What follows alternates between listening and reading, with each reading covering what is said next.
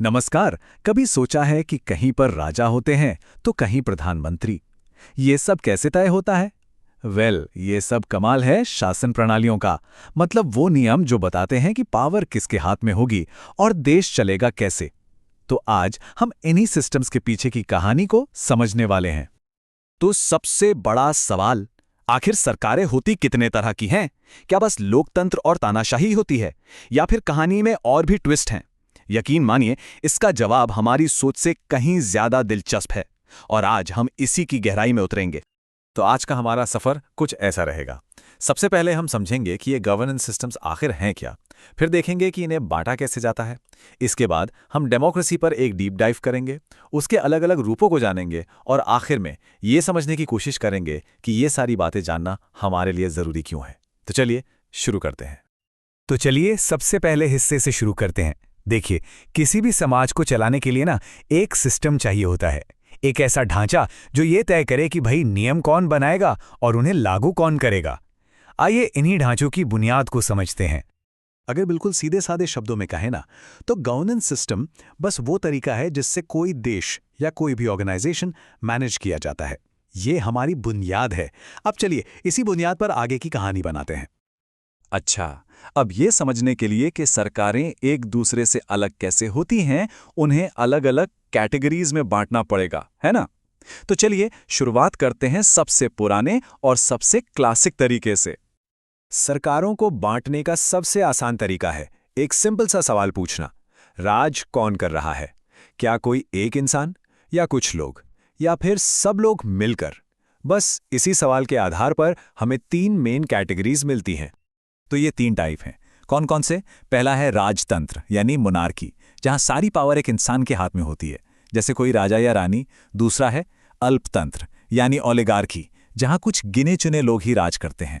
और तीसरा है लोकतंत्र यानी डेमोक्रेसी, जहां असली पावर आम जनता के हाथ में होती है।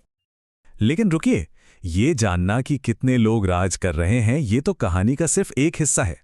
अगला और शायद उससे भी जरूरी सवाल ये है कि उनकी पावर का सोर्स क्या है। उन्हें राज करने का हक मिलता कहां से है? इसी को कहते हैं लेजिटिमेसी या वैधता। और यही है हमारे क्लासिफिकेशन का अगला बेसिस। देखिए, पावर के सोर्स बहुत अलग अलग हो सकते हैं। जैसे धर्मतंत्र यानी थियोक्रेसी में लेजिटिमेसी मिलती है ईश्वर या धार्मिक किताबों से। वहीं कुलीन तंत्र यानी एरिस्टोक्रेसी में यह हक ऊंचे खानदान में पैदा होने से मिलता है। लेकिन जब बात डेमोक्रेसी की आती है तो पावर का अल्टीमेट सोर्स हमेशा और हमेशा जनता ही होती है। हाँ, और भी कई तरीके हैं सरकारों को बांटने के, जैसे कि कोई सरकार संविधान मानती है या नहीं। पर अभी के लिए हम सबसे बड़े और सबसे असरदार टाइप पर ही फोकस करते हैं, और ये रास्ता हमें सीधा ले जाता है डेमोक्रेसी की तरफ। तो अब तक हमने एक बड़ी पिक्चर देख ली। अब जरा दुनिया के सबसे कॉमन और सबसे ज्यादा चर्चा में रहने वाले सिस्टम यानी डेमोक्रेसी पर थोड़ा और गौर करते हैं। और डेमोक्रेसी को समझने की शुरुआत अब्राहम लिंकन के उन मशहूर शब्दों से बेहतर और कहाँ हो सकती है? लोगों की, लोगों के द्वारा और लोगों के लिए सरकार। ये एक लाइन डेमोक्रेसी की पूरी आत्मा को पकड़ लेती है। पता है, इस शब्द की जड़ों में भी इसका मतलब छिपा है। डेमोक्रेसी असल में ग्रीक भाषा के दो शब्दों से बना है। डेमोस, जिसका मतलब है लोग, और क्रेटिया, जिसका मतलब है शासन। तो सीधा सीधा मतलब हुआ लोगों का शासन। लेकिन डेमोक्रेसी का मतलब सिर्फ वोट डालना नहीं होता। ये इससे कई बढ़कर है। इसका एक राजनीतिक पहलू है, एक सामाजिक पहलू है, एक आर्थिक और यहां तक कि एक नैतिक पहलू भी है। ये सिर्फ एक सिस्टम नहीं है, बल्कि बराबरी और आज़ादी पर आधारित जीने का एक तरीका है। तो सवाल यह है कि लोगों का शासन का ये आइडिया असल में काम कैसे करता है। चलिए अब डेमोक्रेसी के अलग अलग रूपों को देखते हैं और समझते हैं कि ये पूरी दुनिया में कैसे लागू होता है। डेमोक्रेसी को बांटने का सबसे बेसिक तरीका ये पूछना है कि लोग यानी हम नागरिक फैसले लेने में कैसे शामिल होते हैं। इसके दो ही मुख्य जवाब हैं, या तो हम सीधे फैसले लेते हैं या फिर अपने चुने हुए नुमाइंदों के जरिए। पहला है डायरेक्ट डेमोक्रेसी, जैसे पुराने एथेंस में होता था, जहां सारे नागरिक सीधे कानून पर वोट करते थे। लेकिन सोचिए, इतने बड़े बड़े देशों में ये प्रैक्टिकल तो है नहीं। इसीलिए आज ज्यादातर देश इनडायरेक्ट या रिप्रेजेंटेटिव डेमोक्रेसी को अपनाते हैं, जहां हम अपने लिए फैसले लेने के लिए अपने रिप्रेजेंटेटिव्स को चुनते हैं। अगला बड़ा फर्क इस बात पर आता है कि सरकार की दो मेन ब्रांचेस, मतलब जो कानून बनाती है जैसे हमारी संसद और जो कानून लागू करती है यानी सरकार, इनके बीच रिश्ता कैसा है।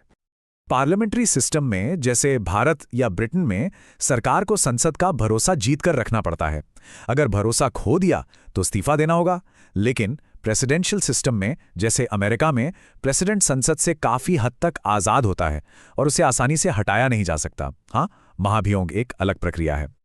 डेमोक्रेसी को क्लासिफाई करने का एक और तरीका है और वो ये देखना है कि पावर नेशनल गवर्नमेंट और रीजनल गवर्नमेंट्स के बीच बंटी कैसे है। क्या सारी पावर सेंटर के पास है या फिर राज्यों के साथ भी शेयर की गई है। तो फेडरल डेमोक्रेसी में जैसे भारत और अमेरिका में पावर सेंटर और राज्यों के बीच शेयर होती है, लेकिन यूनिटरी डेमोक्रेसी में जैसा ब्रिटेन या फ्रांस में है, लगभग सारी पावर सेंट्रल गवर्नमेंट के ही पास होती है। और आखिर में डेमोक्रेसी को देखने का एक और नजरिया है और वो है पॉलिटिकल पार्टीज की संख्या के आधार पर। कुछ देशों में एक ही पार्टी का दबदबा होता है, कुछ में 2 बड़ी पार्टियां होती हैं और भारत जैसे देशों में मल्टी पार्टी सिस्टम है जहां कई पार्टियां चुनाव लड़ती हैं। तो हमने इतने सारे नाम और परिभाषाएं देख लीं, पर सवाल यह है कि यह सब जानना जरूरी क्यों है। वो इसलिए क्योंकि ये सिर्फ किताबी बातें नहीं हैं।